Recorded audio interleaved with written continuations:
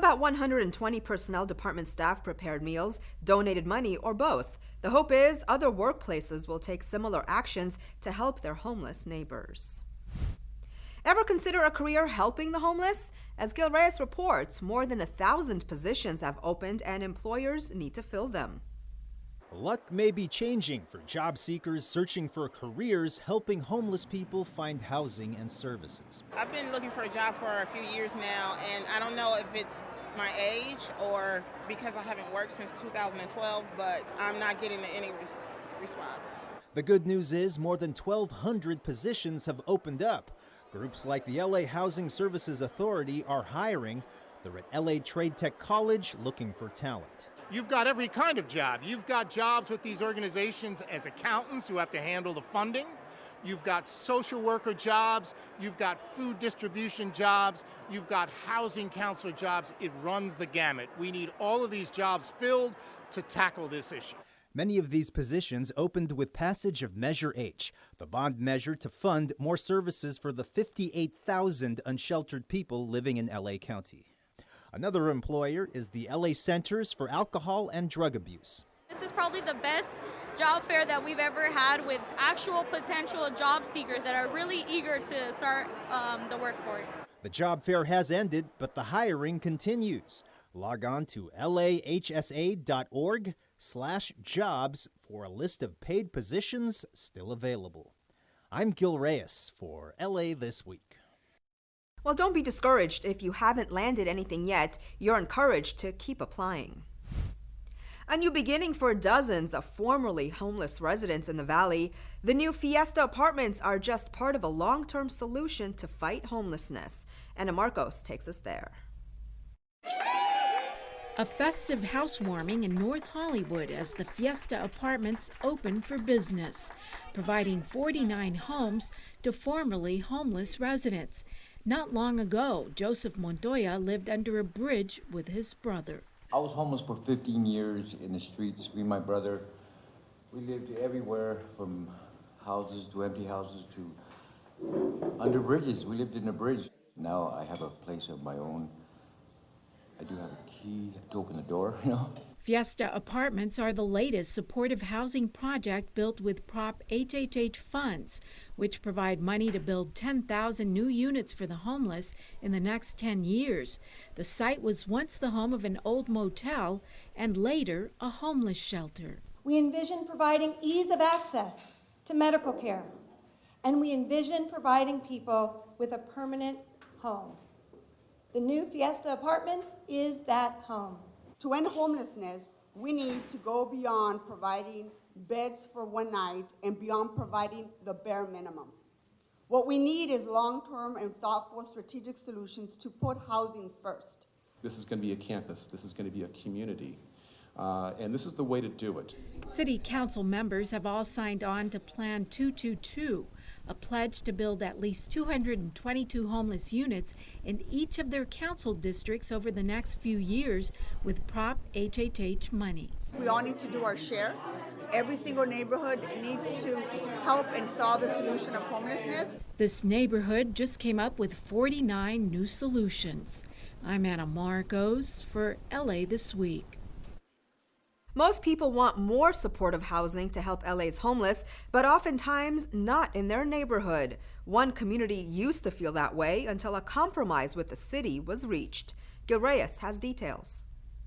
When it comes to building supportive housing for homeless veterans, some people might say, not in my neighborhood. But these residents in the West Adams district say yes. I think it's going to be an asset. I like the idea, and it's beautiful. All right. The city breaks ground on Ibarra Village, a 64-unit affordable and supportive housing complex. Half of the units will be reserved for low-income seniors, the rest for homeless veterans. And I really appreciate the fact that people want to recognize that veterans need help. So in Los Angeles County, we have 4,800 homeless veterans on the streets. That's an increase of 57% from the year before, and that's just tragic. The complex, with counseling, job training, and health services on site, took years of negotiations to get area homeowners on board. Being able to convince neighbors that it's okay to bring a different type of population into the neighborhood, it's difficult, and it takes a lot of conversation to be able to get there. Eventually, a compromise was reached with the help of City Council President Herb Wesson. Residents who earlier had tried to block the project now said they'd support it if low-income senior housing was included. And we talked and we talked and we talked. I wanted senior housing. Herb Wesson said, well, let's make it seniors and vets, and everything else is history. Okay. And so now we're here, and this is wonderful. I see people out here. I saw some of my neighbors out here. Our biggest problem today are siting projects and getting support from the community. What we are hopeful of is that we will inspire people throughout the city of Los Angeles to recognize if you want to deal with the homeless, if you want to address the housing crisis, we have to begin building complexes like this throughout the city of LA. The Ibarra Village complex is expected to open in late 2019. In the West Adams district, I'm Gil Reyes for LA This Week. The site is being co-developed by the Cesar Chavez Foundation and New Directions for Veterans. Parents had the chance to spend time with their children while learning about important child safety information. Rasha Goel has more on a recent event at Pershing Square that educated parents on the importance of car safety. They are our pride and joy, but are we fully informed when it comes to our children's car safety? The Pershing Square Mobile Youth Program recently provided parents with a car seat safety informational workshop along with some fun activities for the kids. The number one killer of small children, toddlers, children, and teens is car crashes. Kids are not restrained properly, they're not put in their car seats right. Some are not even using car seats. The event was held in conjunction with Kids Are First, a local nonprofit, and State Farm Insurance. According to the National Highway Traffic Safety Administration, 8 out of 10 children passenger safety seats are installed and used improperly. The thing is to read the instructions, the manual that comes with this child passenger safety seats. And another very important tip is to not use a second-hand one, because these seats, they have a history. If they have been involved in an accident, they may not do their work appropriately. In addition to valuable tips, parents had the opportunity to get their child's ID card. Kids doing their fingerprints, so just in case your kids get lost or somebody take your kid, then you'll have that protection. A fun afternoon of priceless information on taking care of the precious little treasures in our lives. I'm Rasha Goel for LA This Week. For more information on car seat safety, you can check out kidsaretfirst.org. Go to a fire station or make an appointment with the CHP to make sure your child's car seat is installed properly. Well, weeks of preparation all came down to this: a bridge building contest to determine whose creation could withstand the most pressure. The students involved were under pressure too, but as Gil Reyes reports, they also had a lot of fun. 5 kilograms, 10 kilograms. Exactly how much weight can the miniature bridge up top hold? Arleta High School students Oscar Herrera and Christian Sai spent weeks perfecting theirs through a lot of trial and error. I personally made about 25 bridges. I hope this one is my final one and holds. 31, 32. Another tough break at LA's 17th annual bridge building contest. Really, what's important in the contest is what's called the efficiency. It's how much weight it can hold divided by the weight of the bridge. Students from 8 LA schools worked with mentors from the Bureau of Engineering to create their bridges made of wood sticks and glue. The competition is co-sponsored by the American Society of Civil Engineers. One goal is to encourage more young women and minorities to consider careers in engineering. If that means working for a great organization like the City of Los Angeles Bureau of Engineering, we wholeheartedly encourage that. It's a bit stressing and also fun, but for me it's super fun because I love this kind of thing. Reporting from Boyle Heights, I'm Gil Reyes for LA This Week. Congratulations go out to Team Dragon from Robert H. Lewis High School. They took first place in the efficiency category. Team Kool-Aid from Arleta High, the two teens interviewed in this piece, took second. Both teams won all expenses paid trips to compete in the international competition held in Chicago earlier this month. You may have heard of World War II internment camps in Northern California and in the Central Valley. But did you know our own San Fernando Valley had one too? It's a hidden piece of LA history. As Gil Reyes reports, a new signpost aims to educate people. City leaders unveil the sign, a permanent reminder of World War II injustices in the San Fernando Valley. We are in Tujunga, the former location of the Tuna Canyon Detention Station. At a time when our country is faced with just incredible treatment towards our immigrant populations, this is a very important reminder of why we must never repeat history. Just beyond this fence, some 2,000 people of German, Japanese, and Italian descent were imprisoned between 1941 and 1943. Many of these people were Americans. The sign goes up so people will never forget this past injustice. This is not ancient history, and we cannot act as if we've moved on, like this would never happen again. Toyosaku Kumai, the former publisher of LA's Rafu Shimpo Japanese newspaper, was one of 120,000 Japanese Americans imprisoned in camps nationwide during World War II. The fear was they might have been enemy sympathizers. His grandson, Chris. He was discarded. You know, people can say, well, he wasn't beaten or anything like that. No, he was treated indifferently. That they just forgot about him. So by the time he comes back, he's a shell of himself. Many ex-prisoners who've since passed away had kept Tujunga's past hidden out of shame. But now their children and grandchildren are on a mission to reveal the truth. Many times we come here and you feel the breeze. I feel them telling me their stories, their heartaches, and encouraging me to continue. Nancy Oda from the Tuna Canyon Detention Station Coalition is also pushing for a monument and education center at the location, now part of a golf course. Talks with the city continue. For now, we have the sign. In Tujunga, I'm Gil Reyes for LA This Week. LA city leaders declared the site a historical cultural monument in 2013, but no signage has gone up until now. Mayor Eric Garcetti's budget proposal targets two of the city's biggest issues. City leaders raise awareness about issues that impact people with autism, and outdoor learning becomes part of the school day at one local elementary school. All these stories in City V. Mayor Eric Garcetti unveiled his 2019 budget proposal, a $9.9 billion spending plan that would more than double the city's investment in the fight against homelessness and put tens of millions of new dollars into street, sidewalk, and traffic safety improvements, while continuing to strengthen the city's fiscal foundation. The budget will invest more than $429 million in permanent housing, temporary shelter, services, and facilities to help homeless Angelenos find their way off the streets and into homes. That represents a 140% increase over last year and includes the $20 million plan to build emergency shelters across the city. Los Angeles celebrated Autism Awareness and Acceptance Month at City Hall, with officials and community leaders speaking about efforts to include and embrace individuals with autism, reducing stigma, and face future challenges.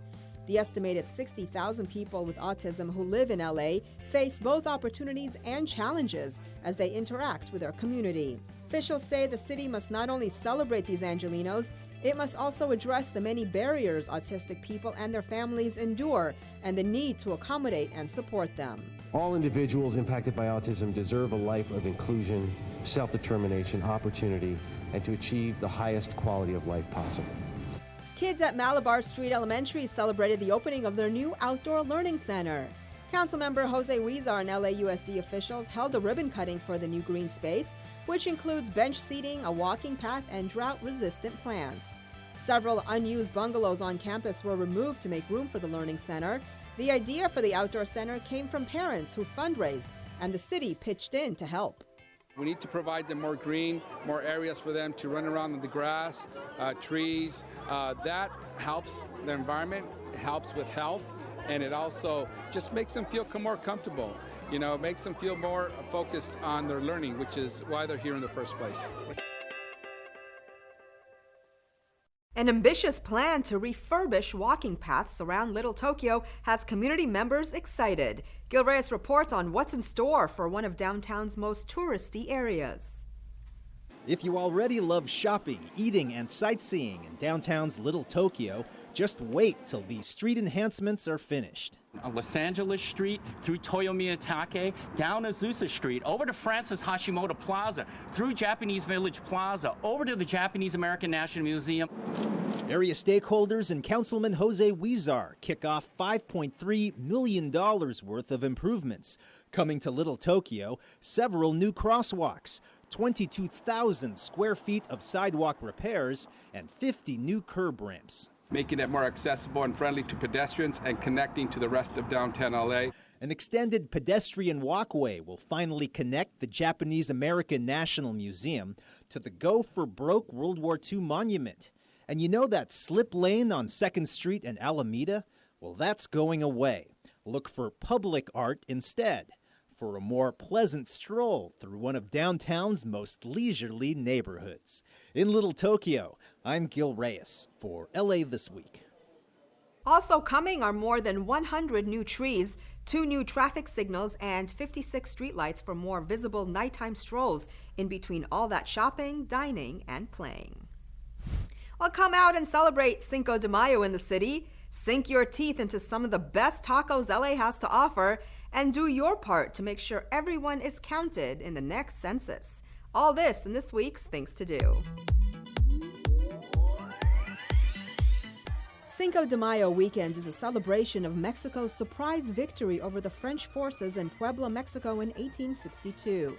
The weekend festivals features popular and traditional music, exhibitor booths, cultural dancing, and plenty of delicious Mexican food.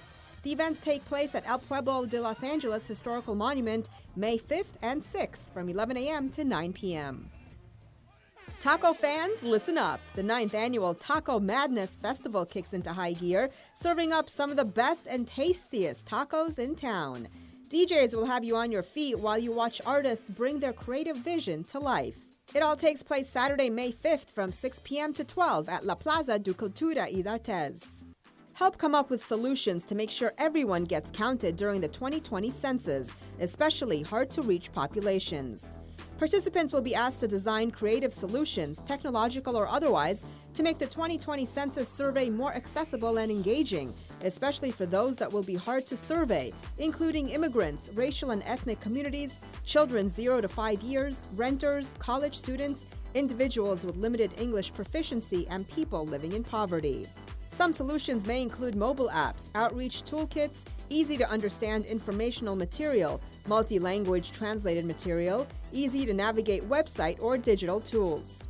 An accurate census count translates into equitable political representation in Congress and billions of dollars in federal funds for vital social programs and services in the city and county of LA.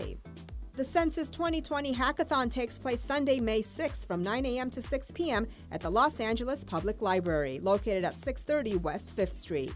And that's a look at some things to do. Well, that's going to do it for this edition. I'm Yana Kane from all of us here at LA This Week. Thanks for joining us. A reminder that you can catch us online at lacityview.org. You can also follow and like us on Facebook. We'll see you back here next week for more of LA This Week.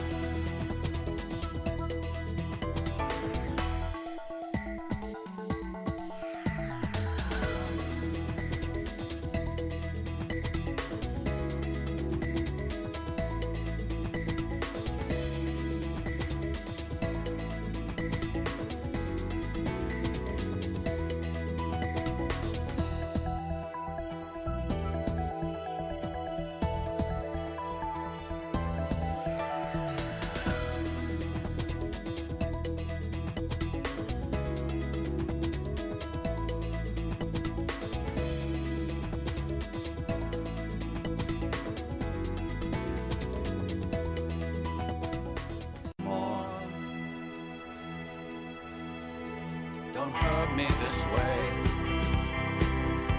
Don't touch me this way.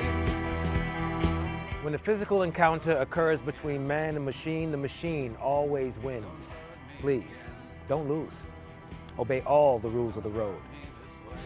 Don't let me make the same mistake again. Hi, this is Carretero Family. We are from East Los Angeles, Boyle Heights. You're watching Channel 35, our city, our channel.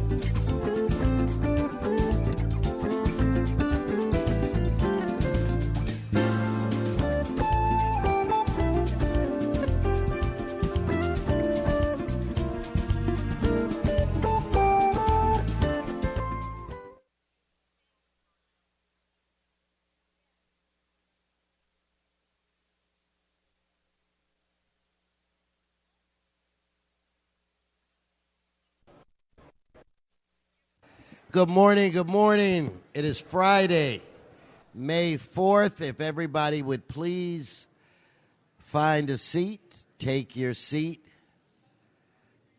Want to welcome each and every one of you to City Hall, to the council meeting. This council meets every Tuesday, Wednesday, and Friday at 10 a.m. The public is welcome. Mr. Clerk, we do have a quorum. Would you call the roll, please? Blumenfield, Bonham, Buscaino, Cedillo, Angler, Harris, Dawson, Weezer, Koretz, Coyne, Martinez, O'Farrell, Price, Rodriguez, Rue, Wesson. 10 members present and a quorum, Mr. President. Thank you very much. First order of business. Approval of the minutes. Okay, Mitch Englander moves and Mitch O'Farrell seconds. Next. Commendatory resolutions for approval. Mitch O'Farrell moves and Mitch Englander seconds. That brings us where? Mr. President, there is a request to continue item 1 for 2 weeks to May 18th. Without objection, so ordered. Very good, sir. That brings us to items 2 through 12. They're items for which public hearings have been held. Okay, no one's in the queue. Why don't we prepare to vote on those? Mr. Englander? Please. Let's hold item 12 for Mr. Englander and prepare to vote on the remaining items. So, Madam Clerk, please open the roll, close the roll, and tabulate the vote. 10 ayes. Thank you. Continue, Mr. Clerk. Items 13 through 17 are items for which public hearings have not been held. 10 votes are required for consideration. Okay, so without objection, those items are before this body. Do you have cards? Yes, sir. Cards on all items. Okay. Mr. Englander? Got a friendly, an amendment. It's my own on 12, whenever you're ready on that. Okay, let me just finish and we'll go do that immediately. All right, where are we now? Mr. President, that takes council back to presentations items called special or general public comment. Okay, let's try to deal with Mr. Englander's. Mr. Englander on item 12. Yes, thank you very much. Just an amendment. It's a technical correction. It actually, the lead for that ordinance should be police and fire, and then with the assistance of the city attorney. Okay. And that'll be the amendment. Does he need a second? If so, I will second it. Great, thank you, sir. All right, so let's prepare to vote on that item. Madam Clerk, open the roll, close the roll, tabulate the vote. 10 ayes. Okay, I want to defer to Mr. Blumenfield. Bob, do you want to lead us off on presentation? Then the floor is yours.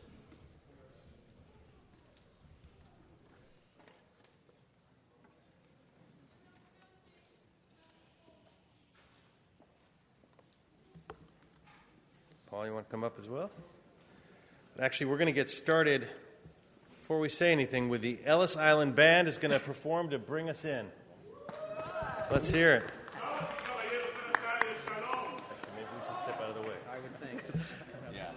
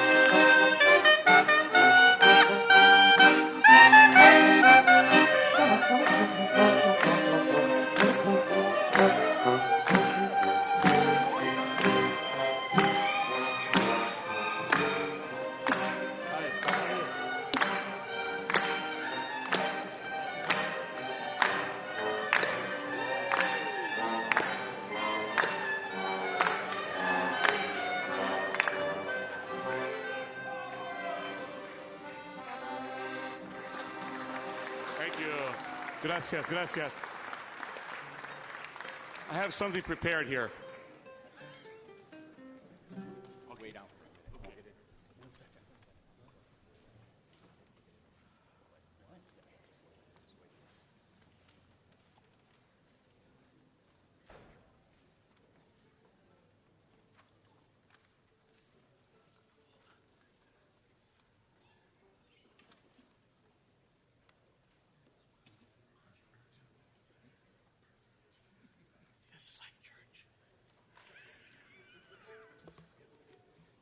right, we're gonna start with a few words. We'll do a little music after in a moment. Welcome everybody to the second annual celebration of Jewish Heritage Month here in City Hall. All right, what a turnout! Let's.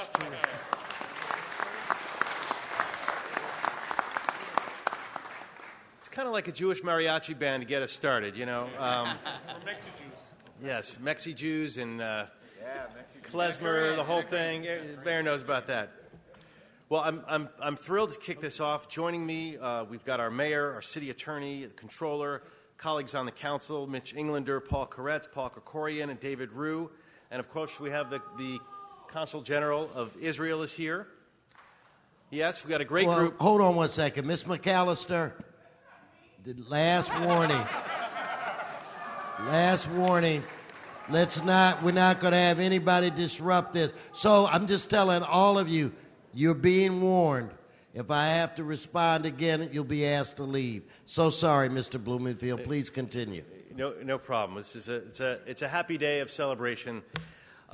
You may recall last year we had a wonderful exhibit sponsored by the UCLA and Alan D. Levy Center for Jewish Studies and the Jewish Historical Society. It was called From Brooklyn Avenue to Cesar Chavez, and it was about Jewish history in Boyle Heights. Well, this year we're building on that.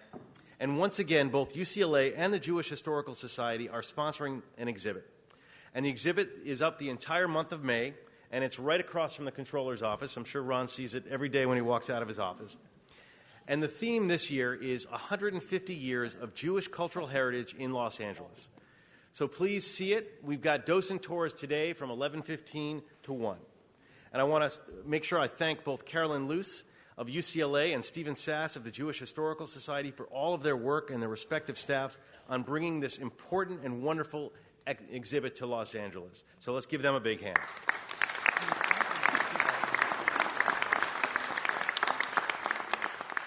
Also want to thank the Jewish Federation of Los Angeles for helping and putting this together today.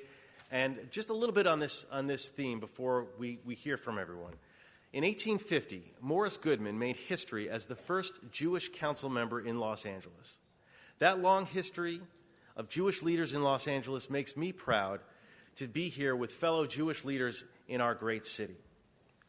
You know, a lot of folks, when you think about Jewish heritage, people get confused because, yes, it's a religion. Judaism is a religion, but it's also a culture. It's also an ethnicity. How did all those things come together? Lots of people have their different theories, whether it's rooted in the biblical past, whether it's rooted in hundreds of years of slavery in Egypt, whether it's rooted in the pogroms and the Holocaust and all of the negative things that have been done to Jews, or the exclusion that's happened around the world, or even here in Los Angeles, where Jews were excluded from various social clubs and other areas, or whether it's the positive, whether it's the Jewish communities coming together around civil rights and marching arm in arm with some of our great leaders in the civil rights community, or whether it's the cultural institutions that Jewish people have put together throughout history, or the various inventions or the contributions that Jewish people and Jewish organizations have made to society. There is something there that is more than just a religion, and it is a common ancestry, it's a common heritage, but it's not necessarily a commonality, because part of what we celebrate in Jewish heritage is the diversity of the Jewish people. We have Sephardic Jews, Ashkenazi Jews. We have Jews who live in China. We have Jews who look very different than many of the folks who you traditionally think of as Jewish. So we're going to hear a little bit about all of that. Yes, that's true. And I want to make sure that we hear from various folks here. So before we get started, I want to, well, actually, you know what, we're going to get started. We're going to have Stephen Sass and Carolyn say a few words from the Jewish Historical Society and the Jewish Center. So Stephen and Carolyn, come on up. Let's give them a round of applause.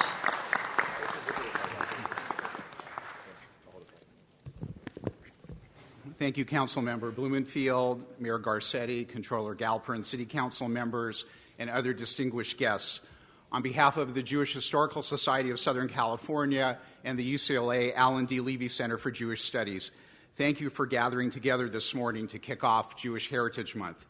Each May, we're proud to join communities across the country in commemorating the contributions that American Jews have made to our nation for more than 360 years. Ever since 23 Dutch Jews, refugee men, women, and children exiled from Recife, Brazil, due to the long arm of the Inquisition, landed in New Amsterdam in 1654, seeking a safe haven and religious freedom. Exactly 200 years later, the less than 50 Jews of the dusty Pueblo of Los Angeles established the Hebrew Benevolent Society, which we know today as Jewish Family Service, the city's first Jewish organization and the first charitable group of any kind. Since then, Los Angeles has become not only one of the world's great cities, but it's also one of the world's great Jewish cities. Significantly, unlike in other times and places, Jews came to Los Angeles and the West because they wanted to. And once they arrived here, for the most part, little stood in the way of their realizing their full potential. This unprecedented freedom has allowed the Jewish community to enjoy with our neighbors a place of great opportunities and great challenges. So if you pay close attention to the presentations here in Council this morning and to the new exhibit, which Councilman Blumenfield just mentioned, Jews of Los Angeles, A Sense of Home, A Sense of Place, you too will be able to astonish your family and friends with such real facts as where Silver Lake and streets in several council districts get their names, how people from diverse diasporas reinvented themselves here while at the same time preserving their unique heritage, and how Jewish philanthropic, religious, and cultural institutions in neighborhoods throughout the city have been dedicated to helping all, no matter their belief or background, a tradition that started here back in 1854 with the Hebrew Benevolent Society and continues to this day. We're grateful to the city for celebrating this unique and colorful past, as well as taking this moment to salute the present and future, symbolizing the pioneering spirit of all Angelenos who've joined together to create this very special place that we call home. So we say, from those who came before us to those who will follow, l'chaim, to life. And now I want to turn the mic over to the Levy Center's Caroline Luce, who is the chief curator of the exhibit. And by the way, thank you, Caroline, in UCLA. And you don't know how hard it is for me to say that as a dyed-in-the-wool Trojan. Easier for us. Hi. I also want to thank Steve and everyone who's here today. This is an incredible turnout. Our exhibition this year explores how generations of Jewish migrants, some fleeing violent social upheaval and political and religious persecution, came to Los Angeles and made themselves at home in neighborhoods throughout the city, adding richness to Jewish community life, providing valuable public resources, and contributing greatly to the city's development. So I thought I'd share a poem written over 100 years ago that captures the optimism that this city continues to inspire in its newest arrivals, and the hope that Jewish migrants, be they Yiddish speakers from Eastern Europe, Sephardim from Turkey and Rhodes, Persians, Soviet refuseniks, or sun-seekers from the Midwest, have invested in this city, and their faith that Los Angeles would be a refuge for recovery, rebirth, and renewal. The poem is called Los Angeles. It is written by Ben Ein in 1915. I'm going to skip a little bit for the sake of time, but you should have translated copies distributed. Ein neuer lichtiger Freimorgen hat sich heimselagt, mit jinger Freud wie nur hat die Augen aufgemacht, und strahltendick und finklendick wie schäumendicker Wein, verfläßt gar die Erd und reißt in Hart sich rein. Und trug dort an a sprudeldicken Strom vom klarer Freud, wo streit sich wie a Präriefeier bemerkter Heid. Und sind die Nerven an und flackert auf die Augen nas und jogt von Betzereus in Dreusen auf der breiter Gas. Und wie du träst noch über auf gestrahlt von Stub die Schwell, tut sich a Goss auf dir von Leuter Lichtigkeit a Well. Was schluckt mit klangenlosen Gesang von Umetum herum. Du wärst zermischt von zu viel Freud und bleibst verwundert stumm. Und nont azoi und lieb dir wird der Stormender Hamoin, a Bruder Edermann und Itlex Weib a Staut Paschoin. Und kuschen willst du jeden, rechts und links und alt und jung, und Pashtin glücklich mit die Hand und Nachen mit der Sung. Ein neuer Lichterkerl für morgen hat mit Freundlichkeit zugleich ein junger Blum an erst zu öffenter Zeit. Also wie nickten frei aus die Morgen mitten Ministam, die Kischuf dicker Morgenspiel von Dornland bei am Jam.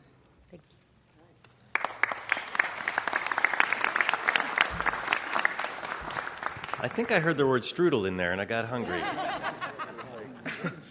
Yeah, it's for all those who don't speak German. Next, we're going to bring up Councilmember Rue to introduce our Mexi-Jew mayor. Councilman Rue, we always like to think of him not only as an ally of the Jewish community, but being a little bit Rue-ish. So come on up, David Rue. Thank you, Councilman Blumenfield, and good morning and happy Jewish Heritage Month. I am so glad to be joined by so many of you today, and for us to have this celebration and to welcome, and it's my honor to introduce the Los Angeles' first elected Jewish mayor and resident of the Great Fourth District, and that's our great mayor, Eric Garcetti. Thank you. Thank you. Well, what a treat it was to arrive to mariachis and klezmer music together. I felt very much at home, and I think my grandparents and great-grandparents in Boyle Heights on both sides would have been very happy to see this here today. So thank you very much. And thank you as well to Councilmember Blumenfield for bringing us together for this celebration each year in a city that is proud of being the face of this world today and in so many ways the face of this country tomorrow, but a place that often is thought of as a new city when in fact our roots are very old. An older town than Washington, D.C., a place that has for over 237 years been celebrating life here as a pueblo and, of course, for centuries before that with its original inhabitants, the Tongva. But for us that are here today, for us Jews, we're also proud of our Jewish roots that are very deep as well. When we look at the history here, as you noticed, I was introduced as the first elected Jewish mayor because there was a council member in this body that in the 1880s when the mayor died, listen carefully, Council President, he was the council president, and so he became the mayor. I'm just saying, that's, as I've often stated, why I ask you to walk in front of me all the time. Water? No, I'm all good. But that council member became the first Jewish mayor for 2 weeks until the election was held because they said, oh no, there's a Jew in charge, and they quickly got somebody else in there. But I'm the first elected Jewish mayor and very proud of that. But we, as was mentioned, we have so many firsts that were here in Los Angeles. Our first Jew, Jacob Frankfurt, arrived in 1841. Morris Goodman was the first Jewish city council member, and that was in 1850. This was a town that didn't really care back then about whether you were Jewish or not. It opened itself up. We also had the first head of the Chamber of Commerce was Jewish. At a moment when other groups did face extreme discrimination, the native population, the Chinese that were here, who were victims of the largest lynching in American history, just a block away or 2 blocks away from here. Jews were able to settle here.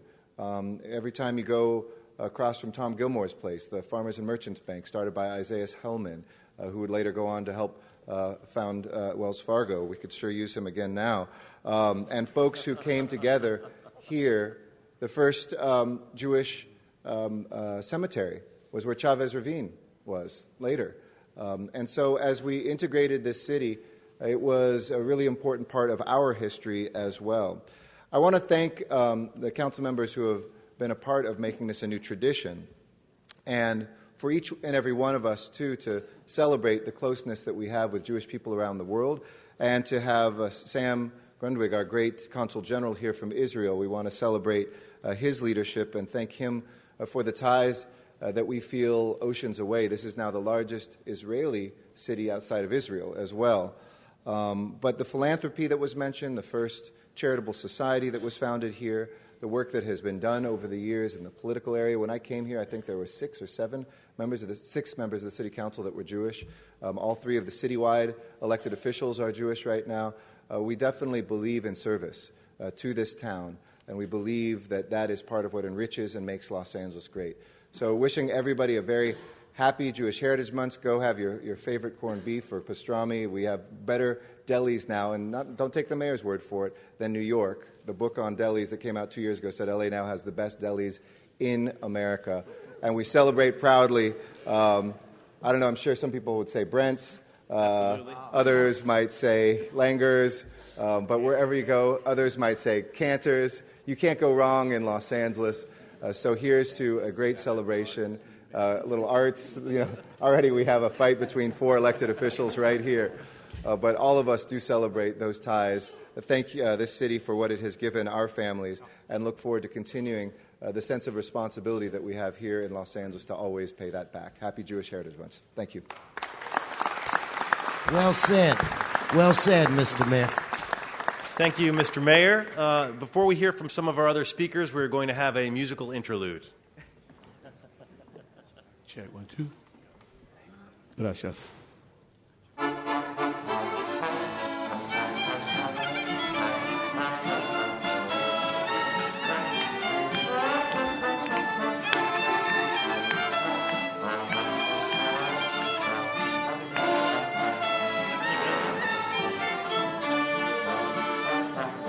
Und wir seien alle Brüder, oi, oi, alle Brüder, und wir singen fröhlich Lieder, oi, oi, oi.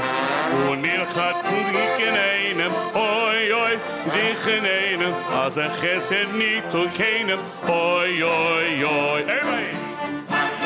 La, la, la, la, la, la, la, la.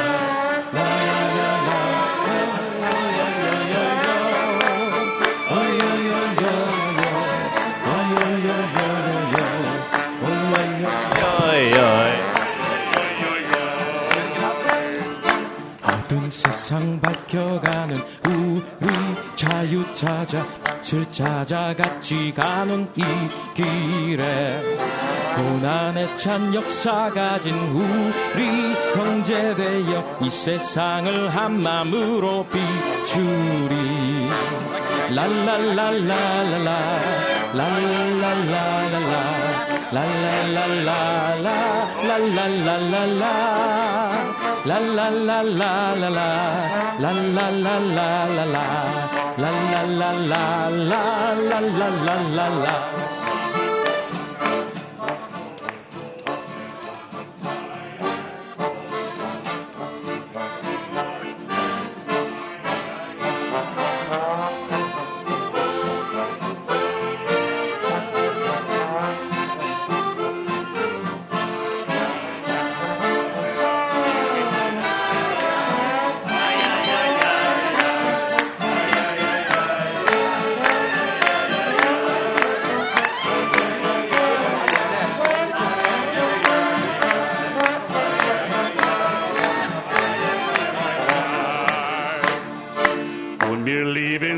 doch alle, oi, oi, dich doch alle, die Jakobsen mit ad Kalle, oi, oi, oi.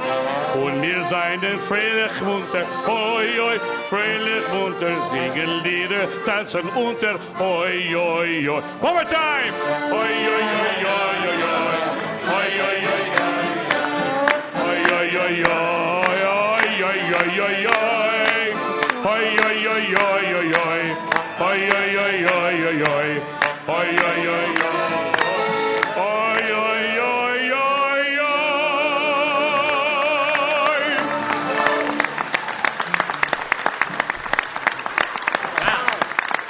Good morning. I'm Barry Fisher. We're Ellis Island, and we opened with the tune Alla Breder, an old Jewish social conscious tune, in Yiddish meaning we're all brothers and sisters. An especially apt tune in culturally, richly diverse L.A., born of immigrants of successive waves of immigration, the very first being Asians, including the Chosen people from the Chosun Peninsula, Korea, who crossed the land bridge and headed south to L.A., many staying in L.A., later being called Native Americans. And so you heard Julian Sungju, a Korean American, sing in Korean, and you heard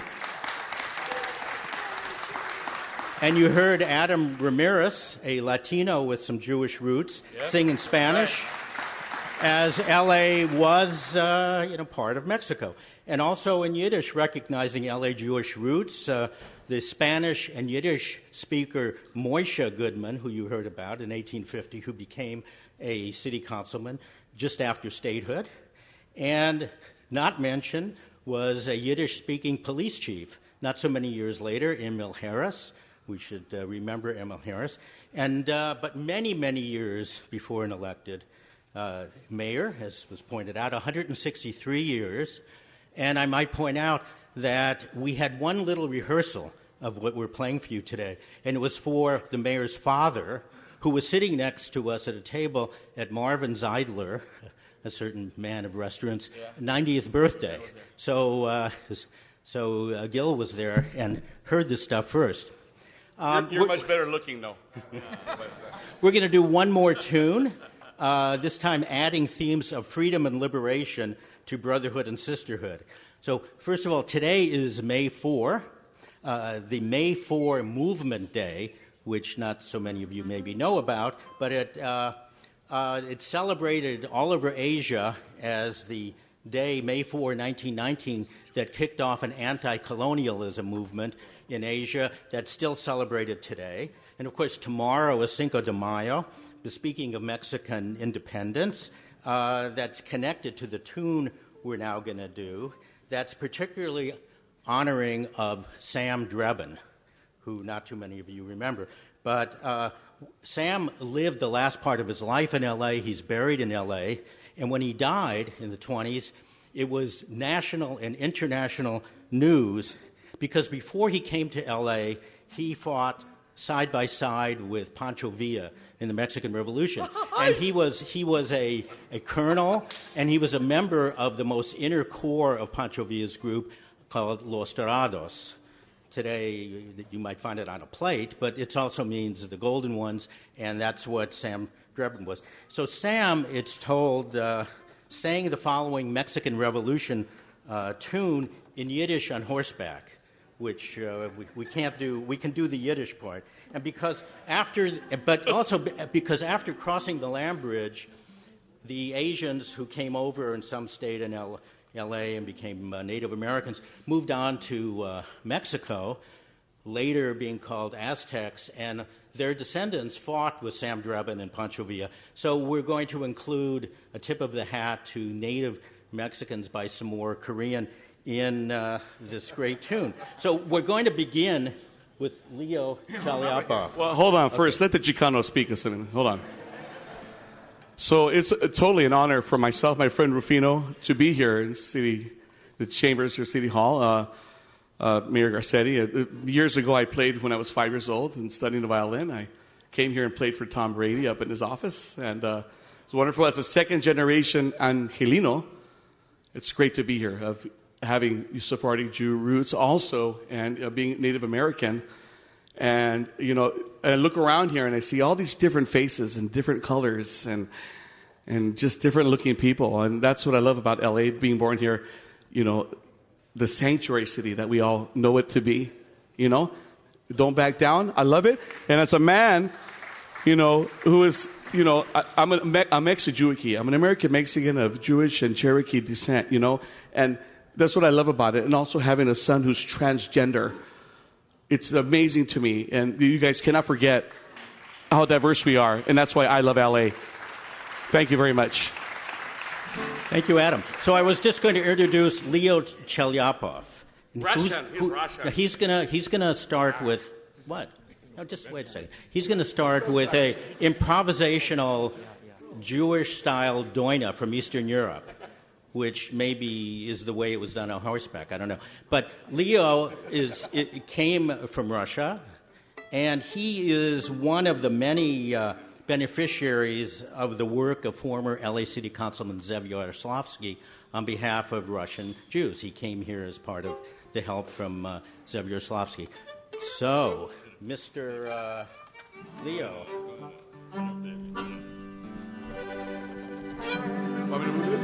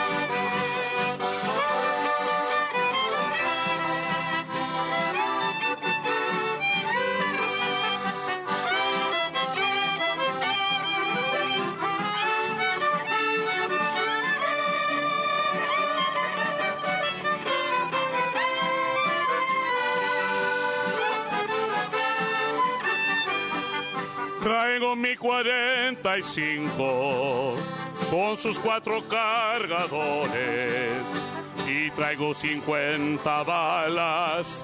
Los traigo para los traidores. ¿Quién dijo miedo, muchachos? Si por eso no nacimos. Traigo mi 45 con sus 4 cargadores.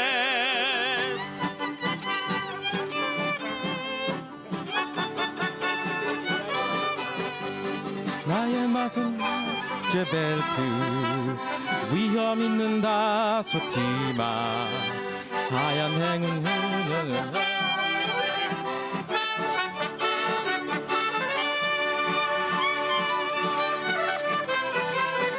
All right.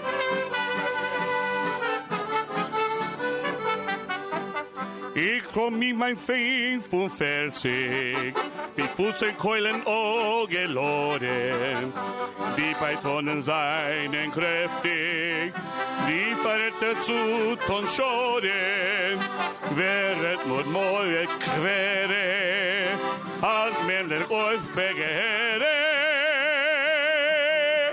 Ik kom niet mijn veen van versig. Was ik lekker voel, avire. Ik droom in mijn vriend, hoe versik. Ik zal lekker voel, avire. Hey. Who do I have Thank you. We also want to thank Herschel Hartman, who's sitting in the front row. He's the official translator. He's the Yiddish guy in Los Angeles. Oh, is that okay? The Sholem Is that all right? community, but he's who we have to thank. So thank you.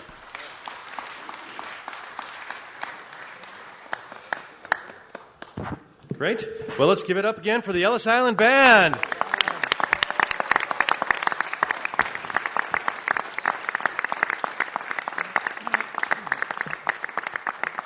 Really awesome. Love the diversity. I was imagining you doing that song on the horse and everything. It's awesome. Our next speaker is Councilman Mitch Englander. Mitch, come on down. Thank you very much. You know, the mayor had mentioned we have 3 citywide electeds that are Jewish. The 3 Jewish council members, it doesn't escape me, are also the majority of the Budget and Finance Committee to oversee the city shekel. So today, this council celebrates Jewish History Heritage Month. And we do so because LA would not be the city it is today were it not for the hundreds of thousands of Jews who have made Los Angeles home throughout history. While there have been some struggles and times when anti-Semitism and intolerance left an ugly mark, the overwhelming story of Jews in LA is one of triumph. Whether it is the great storytelling culture brought from the old country that founded many of the major film studios that would ultimately shape global culture, or the love of scholarship that founded many of the great institutions here in Los Angeles, of learning in our city, including the Heschel Day School in my district, or Kadima, where my family was one of the first families there. Or the great delis that have made every culture in Los Angeles fall in love with matzo ball soup. I know the mayor mentioned a couple, but I think this body can move that Brent's Deli is, in fact, the greatest deli in Los Angeles. In fact, I second that. He seconds that. We'll open the roll, close the roll, tabulate the vote, and it's now official. Thank you for the unanimous vote. Brent's is now everyone's favorite. And in fact, they just celebrated their 50th anniversary here in Los Angeles. The point is that Jewish culture and the communities that have called this city home for generations are inseparable from the growth of our city. I'd like to share a story with you to illustrate, in fact, just how deep the Jewish roots here in Los Angeles are and how connected we are to them today. It starts with Kalischer Street in Granada Hills, which was named after Wolf Kalischer, a Jewish immigrant from Poland who became a naturalized citizen here in Los Angeles in 1855. Wolf Kalischer owned a popular general merchandise store and established one of the city's first manufacturing businesses in downtown Los Angeles, the Los Angeles Pioneer Tannery, which made leather goods when the city was still a little more than just a dusty western outpost. As a side note, in fact, his business partner was Henry Wartenberg. Wartenberg, who was the first president of the city's then all-volunteer fire department. Wartenberg later would serve on the Los Angeles City Council. Back to the Kalischers. Both Wolf and his wife, Louise, were active in both civic and Jewish affairs, with Louise serving as the founding president of the Ladies Hebrew Benevolent Society. Wolf was also one of the few local business owners to hire and advocate for the rights of Native Americans during a time when their properties were being seized by others. He supported the Temecula tribe leaders in his successful effort to preserve ancestral history in San Diego County. This is a man who came all the way from Poland, ended up in Los Angeles, found success, and chose to use his time and that success to help others from backgrounds entirely different from his own. The story of Wolf and Louise Kalischer is representative of what is best about the Jewish communities here in Los Angeles and of our city as a whole. We may come from all over the world, but we stand together as one city. And it is why I'm proud to stand here today to recognize Jewish Heritage Month, the Jewish community, for everything they've done for Los Angeles, for helping build our city into the most diverse and prosperous places on the planet, and vibrant, and become today what it is today. Thank you so much. I'm proud to call myself a Jewish Angelino.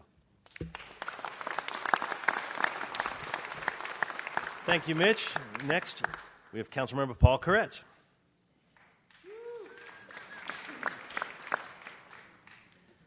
Well, I have a burning desire to get out my old accordion and play.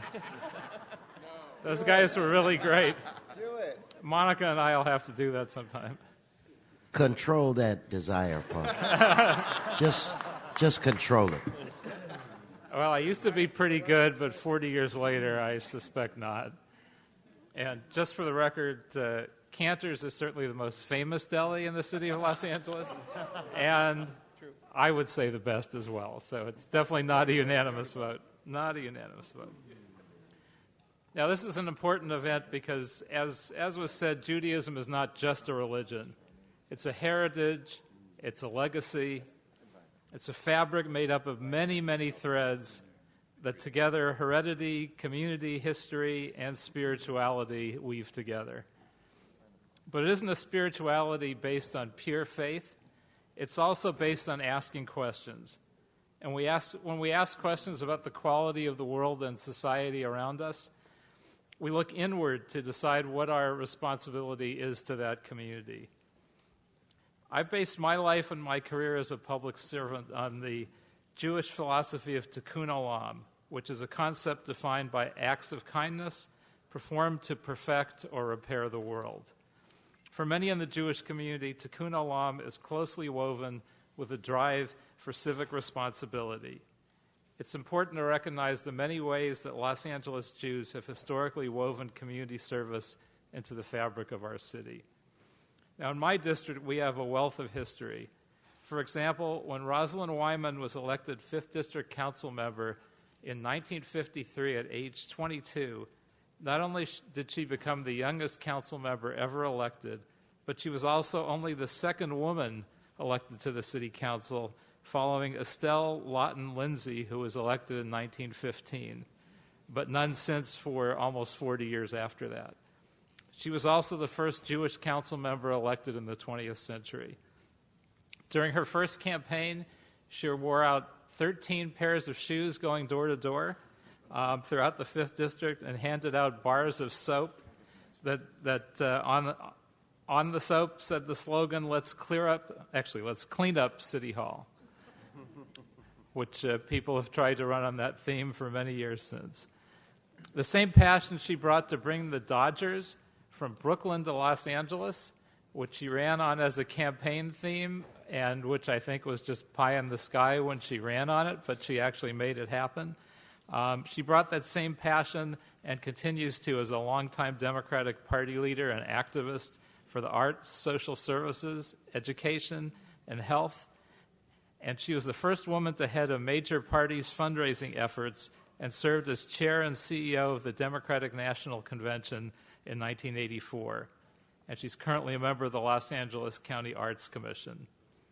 As detailed in the Jewish Heritage Month exhibit, the 5th Council District is also proud of giving birth to Bet Tzedek Legal Services on Fairfax Avenue, on being the first home in Los Angeles to many Holocaust survivors, as well as immigrants from the former Soviet Union and Iran, as well as the location of the Museum of Tolerance and the Simon Wiesenthal Center. One of the most recognizable areas in my district is the Fairfax district. And although there's been quite a bit of change over the years, it's still home to Cantor's Deli, National Council of Jewish Women, Jewish Family Services, where we're trying to help them with their expansion, and a variety of kosher bakeries and butchers and sellers of Jewish memorabilia. However, one important monument that quietly stands on the corner of Beverly and Fairfax, which some may not know about, is the monument to Raoul Wallenberg, who was a Swedish architect, businessman, diplomat, and humanitarian, and he is widely recognized for having saved as many as 100,000 Jews, practically one by one, stopping trains and using forged documents to hand to people and tell them, this is your new identity, now get out of here. And people were able to get out of lines on their way to the concentration camps. And ultimately, he paid for that with his life after the war. My friend Andy Stevens, who I might have mentioned here before, forged thousands of those documents that Raoul Wallenberg was able to use to save those many, many people. The sculpture is lovingly maintained by students from the Teen Court program with the LA County Courts, and I'm proud to be a sponsor of that effort. And it's honestly frightening and somewhat mind-blowing that in 2018, we're hearing ongoing reports that anti-Semitic events and hate crimes are on the rise, which is why I'm taking proactive steps to work with the teen courts and educate our youth towards a more tolerant next generation. And thank you again for holding this day. Hey, Mr. Blumenfield, can I take a moment and recognize we've got Scott Svanken from the Community College District with us today. Give Scott a round of applause. Back to you, Mr. Blumenfield. I just wanted to thank Paul and welcome up Paul Krikorian. Thank you very much, Brother Bob. My name's Paul Krikorian, and I'm here to represent the Goyim minority of the Budget and Finance Committee. But our city controller reminds me that it's not too late to convert. So thank you for that wise counsel, Ron. It's a real privilege to be included in this, and thank you, Councilmember Blumenfield and Councilmember Rue and all of my colleagues for including the Armenian guy in this event. And it really has a lot of significance to me because our two respective communities have shared so much in common. So much good and so much bad. A common history of two ancient peoples who were primarily diasporan peoples throughout their history, who longed for a free and independent homeland and kept that as a vision and a dream that maintained us united for over the course of centuries. And of course, in the 20th century, both of our communities were racked by injustice and by atrocities and by genocide and scattered again around the world. And both of our communities found refuge here in Los Angeles, in a place that we could build a life together and prosper together. And listening to the Ellis Island Band made me think that those are the sounds that probably my great-grandfather listened to in his bakery not far from the Breed Street Shul in Boyle Heights. And that many of your ancestors probably enjoyed that neighborhood and its richness and its diversity as well. And I'm also proud to represent the 2nd Council District in the East San Fernando Valley, which has been the home to a robust Jewish community, so many silent heroes of Los Angeles who've built our community and contributed so much to the city. For example, Ratner Street, which runs through Council District 2, is named for Ann and Alex Ratner, pioneering Jewish residents of the San Fernando Valley. The Ratners arrived here in 1914 from New York, where Alex had started Ratner's Dairy Restaurant on the Lower East Side. Ultimately, the family helped to establish 4 synagogues and other organizations in the 2nd District, such as the Sun Valley Chamber of Commerce, the Sun Valley Rotary Club, Sarah Community Medical Clinic, and these are groups that continue to this day to still serve our entire community. The Ratners made an effort in 1928 to establish one of the first Jewish congregations in the Valley, and when those efforts were not successful through the course of the Great Depression, they persisted, and 10 years later, the Ratner family was among the founders of the first Jewish congregation in the Valley, Valley Jewish Community Center, which is now known as Adat Ariel, a conservative congregation in Valley Village, whose story is part of the Jewish Heritage Month exhibit here in City Hall. The Ratner family presented the first Torah scroll to Valley Jewish Community Center, and they also started Valley Beth Israel, a conservative congregation in Sun Valley, and Orthodox congregations Shari Zedek in Valley Village and Chabad of North Hollywood. All 3 of these synagogues have sanctuaries that still bear the Ratner family name. And the history of their family, like the history of the Jewish community in the San Fernando Valley, is a story of unsung heroes who, through their effort and through their persistence, have enriched the entire city of Los Angeles and helped to preserve the traditions and the incredible rich heritage of Jewish Los Angeles. So thank you very much for including me in this presentation. I'll add one silly thing just to... I have to add, ever since we started talking about delis, we've been hearing from delis all over the city. So one deli that had pointed out that they should be called out is the Pico Kosher Deli, because they're the only kosher deli in the city of Los Angeles. Well, I volunteer to lead a delegation to go to each and every one of these delis to do a full-on taste test. First stop will be Arts Deli in Studio City, celebrating 45 years of serving the people of the East San Fernando Valley. All right. All right, next we will hear Security. from David Rue.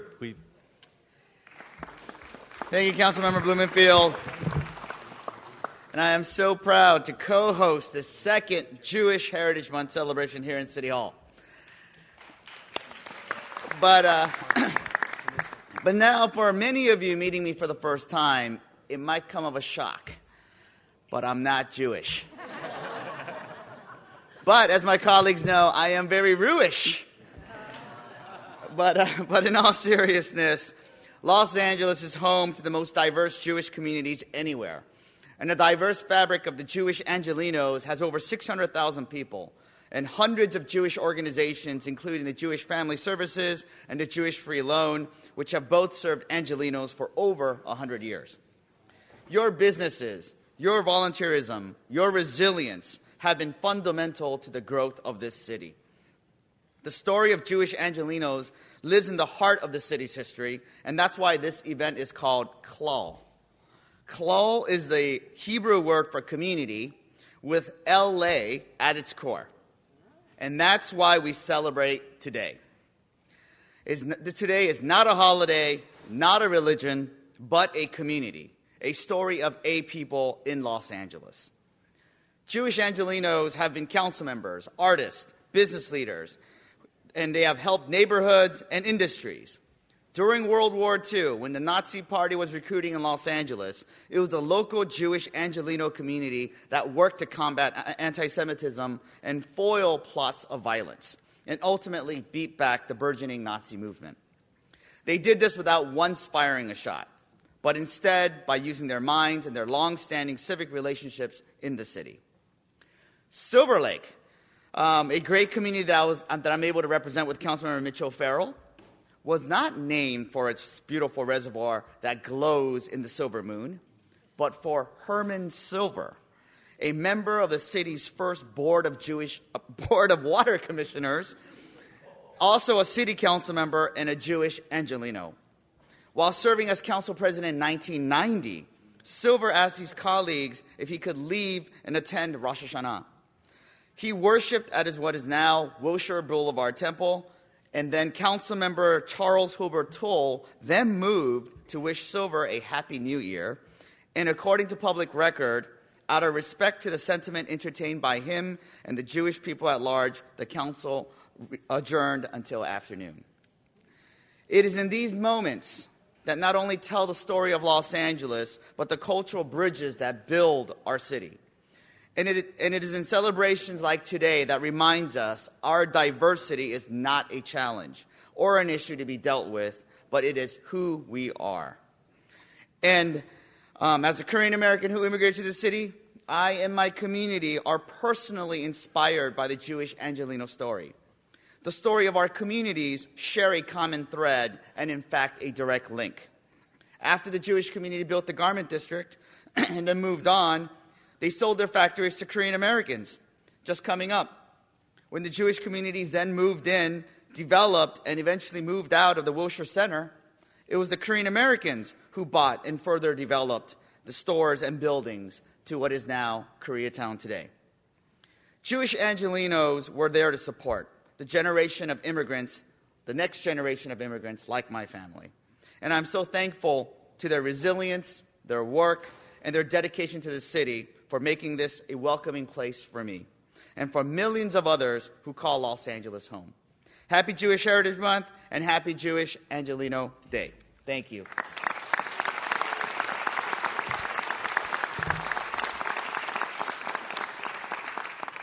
Thank you, David. And next we will hear from our great city controller, Ron Galperin. Good morning, Mr. President. Good morning, Councilmember Blumenfield, and thank you so much to all of the council members. So much has been said, but not everybody has said it.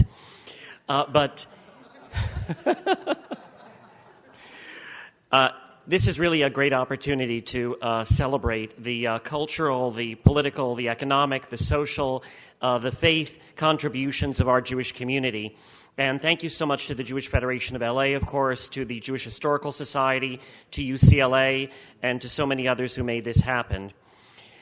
Los Angeles, like California, has always been a land of opportunity, and it was mentioned some of the great pioneers of Los Angeles. There was, of course, the Bavarian-born Isaiah Hellman, which was mentioned, and all that he did actually to help Harrison Gray Otis buy the LA Times. Also, he founded USC.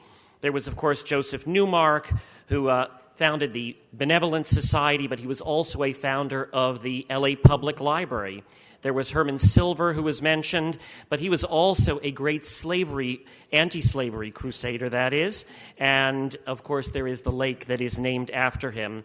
Where would we be in terms of our motion picture industry if it wasn't for folks like Carl Laemmle, Samuel Goldwyn, Louis Mayer, Adolf Zucker, so many great institutions that we have in Los Angeles that came about because of members of the Jewish community.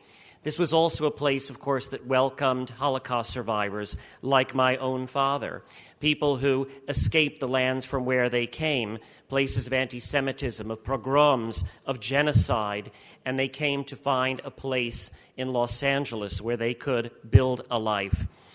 And the Jewish community, of course, is part of the mosaic of all of LA. There are Jews from Europe, Eastern Europe, Jews from the Middle East, Latino Jews, African-American Jews, Armenian Jews. And while Councilmember Ryu is surprised that he is not necessarily perceived as Jewish, actually the chief rabbi, the senior rabbi of New York's most prestigious congregation, happens to be a Korean American. So every culture is part of Jewish culture as well. Now, as we celebrate the many accomplishments of Jewish Angelino culture, let's not forget anti-Semitism that still exists in our own country and in too many corners of the world, along with racism, of homophobia, of Islamophobia, of xenophobia. We cannot and we must not rest until we truly banish these and other forms of discrimination. Jewish tradition teaches us that we have an obligation of tikkun olam, which is to fix the world. And thank you so much for everybody who is part of this presentation today, for all the work that you're doing to repair and to build our world and our community in Los Angeles. It's an honor to be here. Thank you. Mr. City Controller, Ron, Mr. Galprin. Mr. Galprin, please. Delhi. You know, we'll put you by on the way, the spot. As a citywide official, I can name the one that has the favorite sandwich, the favorite matzo ball, soup. So the kugel, there's a lot of great things, and there's a great specialty at every deli. How's that for politically correct? That's a good answer. Let's give him a round of applause. Give them all a round of applause. Wait, Mr. President, you started it, and I forgot to mention the great deli in my district, Greenblatt's. All right. So the last one gets the final word. We still have two more speakers, but they're not elected officials, so they'll be more succinct. The next person to speak is the Consul General of Israel, Sam Grunberg. Sam, come on up. Thank you, Councilmember Blumenfeld. Well, I can't promise that I'll be more succinct, but first I want to start by saying to the Council President Herb Weston that since I am the only foreign diplomat up here and I don't want to cause an international diplomatic incident, I am going to refrain from weighing in on the Delhi controversy. Smart man. I also want to say that, for me it's very fitting that we celebrated here together with the Yiddish klezmer music. When I first arrived just less than 2 years ago in Los Angeles as Consul General for Israel, and I was first introduced, I think the very first time in any public fashion, it was actually in Stanley Treitel's synagogue. I don't know if you remember this, Stanley. And the rabbi there introduced me as the representative of the Yiddish Medina, which means the Yiddish country, the Yiddish state. So I think it's very fitting that we celebrate here with the Yiddish music. I want to thank all of you for having me here. Mayor Eric Garcetti, who was with us. Of course, City Controller Ron Galprin, Council President, and all City Council members, and all community members and leaders who host and are participating in this Jewish Heritage Angelino Heritage celebration. And I'm proud to be here today in the chambers of the City Hall to address you on behalf of the State of Israel. It's very exciting that this month of Jewish heritage in the United States coincides with Israel's 70th independence celebrations.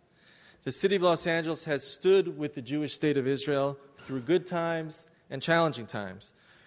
Our ties go back more than a century, since before the modern state of Israel was even established. And I'd like to take this opportunity to highlight just a few historic moments that showcase the strong and close relationship between Los Angeles and Israel. In 1854, more than 150 years ago, the Hebrew Benevolent Society of Los Angeles raised funds to help and support the fledgling Jewish communities in what is now the State of Israel. Fast forward to 1920, when 25,000 Los Angeles supporters of Israel gathered in the old Los Angeles Coliseum, celebrating Britain's acceptance of the Mandate for Palestine, which of course recognized a right to reestablish the Jewish homeland. This was the first large rally by Jews in Southern California. And in 1948, 60,000 Angelinos, Jews and non-Jews alike, raised millions of dollars during Israel's War of Independence to help cope with the tremendous humanitarian crisis facing the young nation at that time. And on May 14th of that year, just a few miles from here, the new Israeli flag was unfurled for the first time at Breed Street Shul in Boyle Heights. Followed shortly by a celebrity-filled rally with thousands at the Hollywood Bowl, headlined by Edward G. Robinson and Eddie Cantor. And I found this one particularly interesting. A few months later, in 1948, at a second Bowl rally, 20,000 people showed up to welcome the then very first Israeli Consul General in Los Angeles, Reuven Daphne. Now, I didn't quite get that reception when I arrived almost 2 years ago, but I will say that a crowd of nearly 42,000 did cheer me on when I threw out the first pitch on Jewish Heritage Day at Dodger Stadium. And President, it was a strike, and the Dodgers did go on to win that game. Just like Sandy Cove. And it wasn't Yom Kippur. And in the years since that Hollywood Bowl rally in 1948, we've gone from strength to strength, as we say, Michael L'Chael. Some examples include the almost now 60-year sister city agreement with Eilat, the Los Angeles Eilat Innovation and Cooperation Task Force, which is part of the California and Israel MOU. And all of this in addition to our ongoing work with local agencies such as the LAPD, the Fire Department, and the LA Public School System. These initiatives help to improve the quality of life for our cities and our citizens as we mutually share our expertise and knowledge to the benefit of us all. And we look forward to further partnerships throughout the coming years. And in the grand tradition of the Los Angeles community coming together to celebrate Israel this coming weekend on Sunday, thousands will be at Rancho Park at the Celebrate Israel Festival, celebrating Israel's 70th, and I hope you can all be there as well, and I look forward to that. At a time where there is so much of a focus on what divides us, Jewish Heritage Month is a reminder of the shared values and similarities that we do have. Let us all remember that Jewish heritage, the Jewish communities, the State of Israel, and Los Angeles share so much, not just climate and culture. We're two of the most important hubs of innovation and technology in the world. And our strength comes from our vibrant, diverse, and rich populations. I look forward to seeing the exhibition. And the wish and blessing to all of us today is that may we continue to strengthen and deepen the Jewish Angelino culture and civic engagement. Thank you, and happy Jewish Heritage Day. Thank you, Council General. Thank you. Thank you. Also, thank you so much. Appreciate those words. We also want to recognize there's another Consul General here in the audience from Chiba Akira. From Japan. Yes. Now, for our final speaker, just as the Jewish Federation often ties the Jewish community together, Alyssa Feinstein from the Jewish Federation is going to tie this whole presentation together. I'm not going to put too much pressure on you, but you've heard it all and bring us home. Welcome. Thank you, Council Member. Thank you, Council President. I do just want to give my favorite deli, since we're all talking about it. In my neighborhood in Pico Robertson, there's also Factors Deli, which is actually celebrating its 70th anniversary this year. So we wanted to make sure that that was also mentioned. Let's give Factors a round of applause. It's delicious as well, for sure. Yeah. So I know it's been very long, so I'll try to go quick, although I'm not really sure how to top you and tie this all together and to top that amazing band. I'm really thrilled to be here today on behalf of the Federation to recognize and celebrate the achievements and contributions of the Jewish community to Los Angeles. The Jewish Federation is very much a part of Los Angeles Jewish history. We helped build this community and have been at its center for over 105 years. Our Federation works with our partners in 3 strategic initiatives to address the needs of the community. Our Caring for Jews in Needs area helps our most vulnerable. Our Ensuring the Jewish Future initiative aims to impact lives from birth to marriage and create lasting connections to Jewish identity. And our Community Engagement initiative works to partner with you and organizations throughout the city to build a stronger Los Angeles. Today, the Jewish community in Los Angeles is very civically active and engaged and continues to shape the fabric of LA. And the Federation is thrilled to help train and build the next generation of Jewish civic leaders through our program called the Rautenberg New Leaders Project, commonly known as NLP, which has been in existence for over 25 years. Some of the people instrumental in creating this program are here with us today in the audience, and many of the program participants have been and are on City Council staff, mayor's staff, members of the City Attorney's Office, and other city and county offices, and some are here in chambers today as staffers. Many of our alum have gone on to be city commissioners, state senators, and on the LAUSD school board. We are proud of this ability to help strengthen civic Los Angeles. As mentioned, the theme of today is Klal Yisrael, or expanded, Kol Yisrael Arvem Zeh Lazeh. All Jews are responsible for one another. The Jewish community in Los Angeles puts that principle into action and is proud that our sense of shared responsibility extends to the broader Los Angeles community. In closing, I would like to share a quote with you by Rabbi Judith Schindler and Judy Selden Cohen in their new book, Recharging Judaism, describing why Jews are the fabric of communities. They say, "We do this work because we are Jews. Our faith requires us to take responsibility for our community and those within it. We do this work because we are Americans. It is our obligation as citizens in a democracy. How fortunate we are that the values of equality, justice, and liberty are both American and Jewish." Thank you. You did a great job of tying it all together, just like the Federation. Everyone, check out the exhibit. It's on the bridge in front of the Comptroller's office. And thank you all for this presentation and for being part of Jewish Heritage Month. All right, another round of applause. Great event. Okay, Mr. Clerk, I think I'm going to take some public comment. So, general public comment. So, if I could get Ruben Valdez, Mr. Weiss, somebody named Graham, Patty Yokomoto, if you guys could begin to work your way to the center aisle.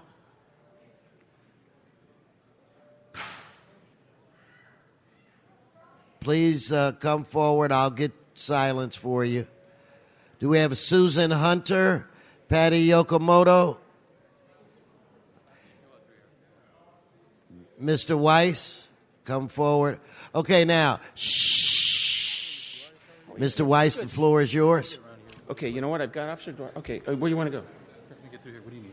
I need you to give these out for me. These are for circulation, okay? Thank you. Nobody's here. Herb, nobody's here. Can we wait? No, Mr. Weiss, go ahead. Herb, nobody's here, but let me go ahead anyway. Mr. President, since you're the only one, Mr. Weezer, Mr. Harris Dawson, Mr. Englander, we've got an issue here on a couple of fronts, Council. Number one, when Mr. O'Farrell sponsored that development on Western and Franklin, it put a lot of money in the developer's pocket, and that's a good thing. But when he screwed over the tenants, Council, that's a bad thing. It's an embarrassment, Mr. President, to the Council. It's an embarrassment to the Mayor. It's contrary to what this Council says that it's for. I've prepared, and I'm handing out to you, Mr. President and Council, 2 motions. One, for Mr. O'Farrell to basically have the tenant relocation fees that are owed these tenants that have been basically shuffled off to Buffalo, basically paid out of the Tenant Relocation Housing Fund. And number 2, a motion for Mr. Weezer, hopefully, that he will sponsor, basically allowing for a tenant... Thank you. Thank you. No, so if I could have Susan Hunter, Patty Yokomoto. No, No, your time's up. So Susan Hunter, Patty Yokomoto. Miss, please come forward. Identify yourself. My name is Susan Hunter, and I'm the caseworker with the Los Angeles Tenants Union Hollywood Local, and I've been working with the tenants over at the Franklin House that have been victims not only of a greedy developer and a greedy landlord, but unfortunately of this city. The city has failed them in every way possible. And we're here today with some of those tenants to ask that the council do their thing within their power to make sure that instead of pushing more people out onto the street, that city council step up and make demands of people who want to develop a piece of property for profit, that they make sure that the people that they are displacing are given fair relocation and that the law is obeyed. That's all we're asking. We're asking that city council do their due diligence. It is shocking to me that Councilmember O'Farrell will not step up for these tenants and will instead submit a letter on draft because even he knew what he did was wrong. But he has no problem cashing his paycheck like everybody else up here does. We pay a lot of tax dollars to make sure that you're there for us to represent us. And I wish that people in this council would start doing that same thing. Thank you. Thank you. So do I have a Patty Yokomoto, a Graham? Is there a Graham here? Ruben Valdez? Okay, so that ends general public. I'll move to, let's bring up Mr. Previn. Multi-comment. Mr. Previn, 13, 14, 15, 16, and 17, and then your general public comment. Mr. Previn. It's Eric Previn from CD2.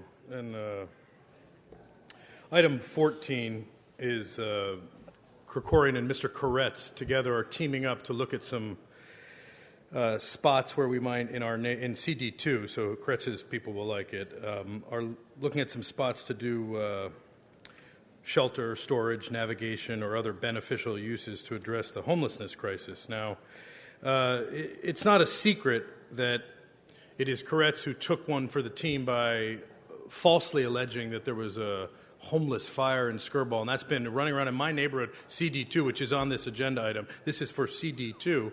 We have people who are putting into city documents that that's been confirmed, and yet the fire department has not confirmed that. And in fact, that is really something that stands in the opposite space of what this moving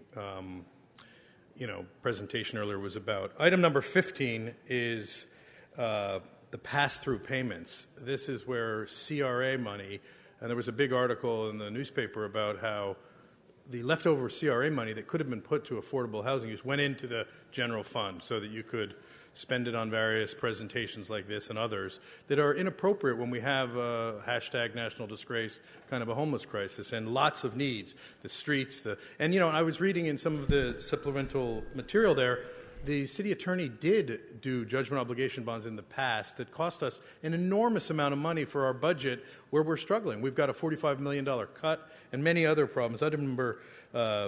Fortunately, you got several land use items about parcels that are being final track maps.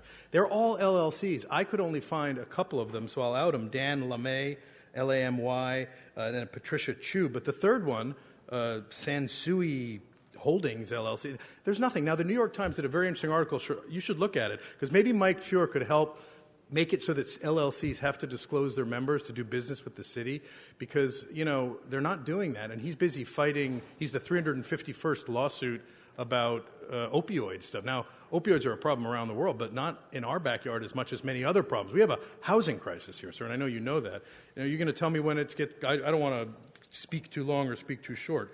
But item number, the one about the football club. Here, Mr. Price, who's doing a great job of bringing in those football players and the fans last week, is asking. It is on the agenda. There's a 792. You're just interrupting my. Okay, put my time back, Mr. Falbo. There's a $792 reimbursement expected from the LA Football Club. I like football. My kids played football. We like teams, but we don't like shamelessly underwriting the work of the billionaires who come in and sell seats to the people who can't really afford them but do it anyway and get drunk, go out and drive and hit somebody. Let's give him his public comment. General public comment is, I was deeply offended by Mitchell Englander's comment during the presentation where he characterized the Budget and Finance Committee of the City of LA as being run by Jews. And then everybody laughed, and Krikorian did a little sub-joke later that was one notch less offensive, but both are offensive, and here's why. Because I am Jewish, and I love the Jewish culture, but I do not like the stereotypes surrounding the greed that people have come up with. It's inappropriate. What Jewish people that I know and care about are about our family and education and peace, some of us. Unfortunately, many of whom are running Israel now, are fighting a tough battle and behaving badly from time to time. So I just can't imagine how we can see the idea of greed as a joke. It really hurts my feelings in a hall where this is the temple of democracy. You can ask Eric Garcetti about that. Although it's a temple of democracy where the microphone does not make us all equal because you reduce us to the size of hashtag Thank you. Blumenfield's. Thank you, Mr. Previn. Mr. Cedillo? I'd like to take a brief moment. Today we're honored by the presence of Blanca Flor Bonilla. She is a leader of the Salvadoran community. As you know, I represent the largest Salvadoran immigrant community in my district. Not exclusively, but in my district, the largest Salvadoran American and Salvadoran immigrant community. Blanca Flor Bonilla is one of the leaders of that community. She's a member of the Congress of the Central American Parliament, and today she's up here in Los Angeles, engaging members of the community, addressing their issues, and then taking those issues back to that August body. So we'd like to welcome Blanca today. Let's give her a round of applause. Welcome. Is Betsy around? Do we have a photographer on the floor? All right. Okay, Miss McAllister. items 14, 16 in general public comment, so she'll get 2 minutes, and then her general public Before I comment. start, you owe me an apology. Go ahead. You owe me an apology for You calling me just out speak. earlier. You just speak on the item. Okay, well, you got Just enough speak on the lawsuits item. on you, okay? Speak now, on the item. I'm talking about 14. Here you want consideration to develop more shelters. Listen, we want you to spend that $1.2 billion that you got in HHH. We don't need any more shelters. We don't need any more storage. We need the feds to come up in here and do a federal investigation. Okay, we need an audit because you guys are not spending that money. And I keep driving by these development locations where you're supposed to be building and you're not building. I know the game. That money will eventually be going in somebody's pocket. Number 16, we don't need to be spending any money on a darn football field, okay? Or a football club. Put that money into housing, okay? I see all these agenda items every time I come here. You're putting money everywhere except where it should be going, and that's into housing, affordable housing. And you have people coming in here fighting about the bed and breakfast and the people who don't want the bed and breakfast. We don't have a housing shortage in this city, in this country. We've got an illegal alien problem. These illegal aliens are living in our housing, and they've caused this problem in our nation. We've got to get them out of here. I suggest we build some concentration camps, put them in there until we get the wall built, and then we send them back home. That's all. Put them in camps. Let's stay on subject. Okay, now, here's the deal. Give me my 1 minute, sir. Give him her My general 1 public. minute, I want to talk about these illegal aliens. Also, the finance committee, I want a black man on it. You got 5 Jews on it. He was right. The Jews are running. That's why everything's all screwed up, the money part, because they're running it. We need some diversification in there. Put Harris Dawson or Price on there, not you, Wesson. Now, here's the deal. These illegal aliens, we don't have a problem with housing. We have the housing. The few houses you're going to build and apartment buildings, that's nothing. We need to get these 4 million illegal aliens that are in Los Angeles out of this housing. We need to send the National Guards, the Army, and the Marines up in here. And if we have to drop, the nice thing about it, they're concentrated. They've taken over thousands of communities. So all we have to do is drop a couple of drones on them. They'll get the idea. You guys are telling them not to leave. The American people and President Trump want them to leave. So if they want to get hurt, that's their business. Thank you. Ms. Ramirez, you have items 14 and 15, and then your general public comment. Give her 2 minutes, and then general public comment. I'd like to remind you to stay on the subject. One moment, please. One moment. Let me get this together here. Please, allow me that. 14, let us address homeless problem by doing the right thing. Stop illegally employing these Chango Latino wetbacks and gangbangers. Case in point, ladies and gentlemen, you who are in the committee, you have opened La Placita, in Olvera Street, the bin. Rather than going all the way to Skid Row, the bin, Mr. President, this doesn't seem related to the development of property. and shelters. Ms. Ramirez, get back on the subject, please. And what you're doing is, this morning I woke up and my duffel bag was missing. I had nowhere to put it. I am homeless, sleeping on the street. I woke up, everything was missing from my shopping cart.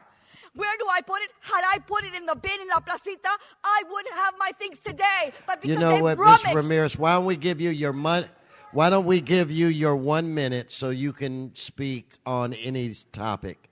So let's give her 1 minute and she can have her general public comment. Go ahead. let us sing La Cucaracha. Fuck the fake Jews. Fuck the fake Jews, the FBI, the CIA, and the NSA. And thanks to them for employing these Latino Chango wetbacks and gangbangers and other black pimps who are robbing us, attacking us, and beating us. My words don't compare to the level of demonic activity that they have imputed against us.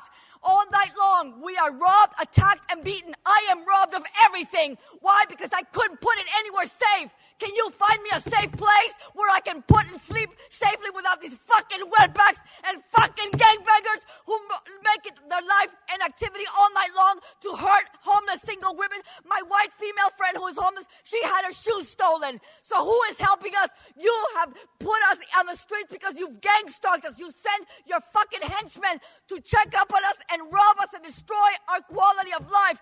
We have none because we come here and we expose you. You're nothing more than malfeasant, demonic. Thank you, Ms. Ramirez. Mr. Spindler, you're next. Ms. Ramirez, your time's expired. Mr. Spindler, you have items 13, 14, 15, 16, and 17 in your general public comment. Please stay on topic. Yes, all right. By popular demand, the beach is back, Papita Pig. So now we get to the subject matters. We have the water line repair at the Lopez Canyon. Now, as you know, they renamed the Lopez Canyon. It used to be the Schicklgruber Canyon, but they renamed it the Schupper Lopez Canyon, and now Monica Rodriguez is rebuilding this fucking Nazi racist-built canal. Because as you know, in the 40s, Adolf Hitler designed the Lopez Canyon Environmental Center and called it the Schicklgruber Center, yes. And Mr. Bush and his family funded the Nazi repairs. So thank you to this fucking repair. It's taken so many years to reduce this, and the Energy Climate Justice Committee, ran by Nuri Martinez, waived the matter because she's busy covering up sexual predators. No, you're off topic. Let's give him, I already told him to stay on topic. Give him his 1 minute for general public comment. All right. Who is the biggest helper of the predators of Los Angeles? Nuri Martinez. The perfect cover, the perfect beard. She has her husband working for a predator. She has not one, not two, not three, but 4 council members who are predators, bigamists, rapists.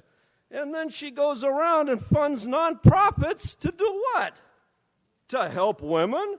No, Nuri Martinez is the single best friend of rapists, misogynists, and violence against women. And Nuri's been covering up for Tony Cardenas for the past 11 years. The past 11 years she's known about the incident over there at Hillcrest Country Club. I've known about it for 2 years.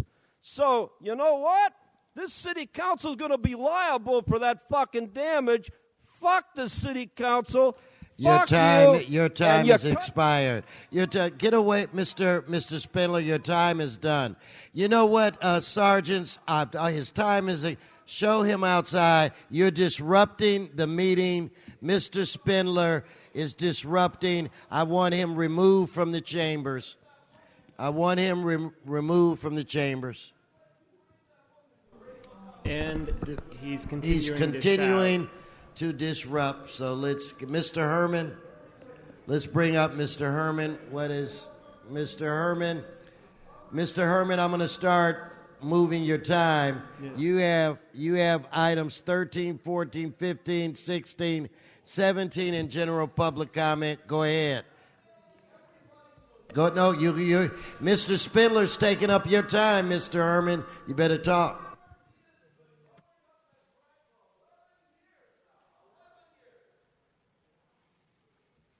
So on item 13, we can all relate that we have poor, adequate construction for our future. And why is that? Because we are driven by money-hungry politicians who cannot emphasize the importance of immediate construction repairs for infrastructure. Then on item 14, CD2, the little Jew Englander, in regards to relative review, city-owned properties, determine properties as suitable for development. Well, you heard the lady earlier before me, Miss Antonia, she's politically correct. We don't need more shelters. Give me shoes before you give me shelter. This way, I can walk. Give me food before you give me shelter. Stay on the topic. I'm talking about storages. I'm talking about navigation for benefit of shelter and storage. And all I get is grief. direct the city administrator to deal with my sorry ass over shelters. And I'll tell you about homelessness. It's an HHH, racketeering, corruption, abusive, fucked up system that continues to have a crisis. The same crisis that LAPD Chief Charlie talked about on the Sunday news. Chief Charlie Beck is doing his part, stopping predators from the police from raping homeless children in crisis. In addition to that, we also have item number 16, that of Curran Price the bigamist and that of Monica Rodriguez. We're dealing with funding for services. Where the fuck are the services if I'm an American and I can't flop an HHH bitch burger for services? No matter where you live, no matter how hard it gets, I still got my shoes and shelter. Now, general public comment. It's a real shame and sham that Nuri Martinez and her LUSD buddies supported Mr. Cardenas Tony. Another date rape. And the same issue under 1192.7c, a so-called serious crime, we have David Rue, which David Salberg has said over and over, he must step down immediately, and I say effectively as of today. Stop protecting sexual predators, Mr. Chair. You need to stop fucking with our children with the LAPD, Mr. Chair. Because you keep fucking with us, we'll keep fucking coming and talking about 42 U.S.C. 1983. It's not my fault that silver pack of cigarettes is going to kill you, Herb. Because the same hellhole I'm living in is the same hellhole you're going. A stupid motherfucker. Stop fucking with homeless people. Your time. Thank you. Your time has expired. So that concludes general public comment. Why don't we vote on what items are before this body? Mr. President, 13 through 17 remain. Why don't we vote on those items right now? Let's open the roll, close the roll, tabulate the vote. 14 ayes. Okay, that brings us where? Mr. President, Council has motions for posting and referral. They're posted. They're referred. All, well, in fact, announcements. Any announcements? Why don't we now all rise? All rise for adjourning motions. If everyone in the council chambers would please rise for adjourning motions. I'm looking to my left side, Mr. Englander. Colleagues, I ask that we adjourn, and a dear friend of mine's, very, very close friend, in fact, she's here today, and I ask that we adjourn in memory of Rene Bernasconi. Rene was one of the most cutting-edge developers in Los Angeles. He was one of the first to build residential units on what has recently been nominated the most walkable street in Los Angeles. His building is on 1920 Sawtelle. He was the first, in fact, developer to entitle a mixed-use project on Ventura Boulevard. He had a brilliant mind, was well-educated with a master's degree from St. Mary's College in the Bay Area. He was an immigrant who came from the Philippines, where his father, Louis, was the third largest landholder and developer in the Philippines. His father was a civil engineer and a graduate of ITT in Illinois. His father made a decision to take his knowledge back to the Philippines and create subdivisions for what they call the Class B citizens, a.k.a. laborers or working class, as they refer to them there. Rene worked by his father's side, creating housing and communities for the poor and the working class. The subdivisions are called Brookside. The company was St. Louis Realty. Knowing no bank would lend these people money to buy a home, they then created ICC Lending to loan them money to assist in home ownership here in Los Angeles. Rene's contribution to housing and cutting-edge development in Los Angeles was substantial. He developed in North Hollywood before it was NoHo. He developed some of the most celebrated buildings in Huntington Beach and throughout Los Angeles. In fact, Rene has also built nearly 30 custom homes in my district in Northridge. The best part about Renee is that during the holidays, he would take his friends and family to Quakerstown Estates, one of the local developments he built, would park overlooking the homes, knowing that during the holidays, the homes he built were being celebrated in those very homes by families who otherwise may not have a home or couldn't afford it or couldn't get a loan. He built homes not only to make money, but to leave a legacy, because there was a special joy for him to bring a family home. He based his life on providing that joy for others. Athena, our hearts, our thoughts, and prayers are with you. May he rest in peace. Thank you, Mr. Englander. Mr. Harris Dawson? Thank you so much, Madam Chair and members. I ask that we adjourn in the very sad memory of Miss Hannah Bell. She's a 15-year-old young woman who last week, Friday, one of our toughest weekends in the district, was at a burger stand, and someone walked up to her and shot her in the back. Fatally, she died at the scene. Ms. Hannah Bell was a very active student at Santee Education Complex, active in pursuing a career as an actress, developing her skills in drama and the arts. On Wednesday, we put forward a $50,000 motion, award motion for anyone who has any information on this horrible shooting that at this moment, we don't have a single clue. So we ask that her name be entered into the records of the city as a reminder of what we once were and changes that I hope we make in the near future. Thank you, Mr. Harris Dawson. Mr. Cedillo? We will include Mr. Price on that adjourning motion. Thank you, sir. Mr. Cedillo? Yes, Gilbert Valenzuela Jr. lived a also short but very rich life. He left us April 26, 2018. He was born on July 13th, 1976, and he was born to Gilbert Valenzuela Sr. and Sandra Gotia. He was a coordinator for the LGBT Center for the past 12 years, but he found his home at Casa 0101 and at TNH Productions. He had an incredible love for art and theater, and was one of the forces that brought so many people from outside of Boyle Heights into Boyle Heights to see live theater, both there at the Casa 0101, a place that we show many of our productions, and at the LA Theater Center here in downtown LA. He's sadly, he is survived by his sad brother, or his brother who is so sad about his loss, Brother Anthony, his sister Valerie, and his father Gilbert, as well as many friends from the theater and the community that loved him so much, and will miss him dearly. Thank you, Mr. Cedillo. Any other adjourning motions to my left?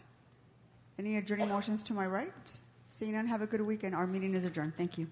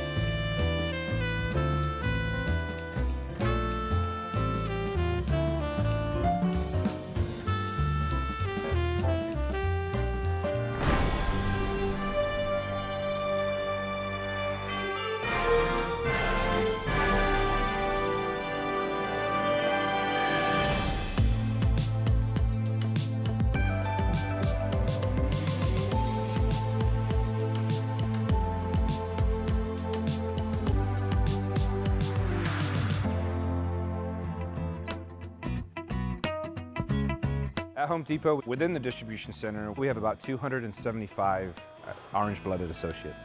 We bleed orange. Orange is our color for the Home Depot. We are actually the #1 do-it-yourself or DIY importer, and we are the #3 importer in the U.S. How we, the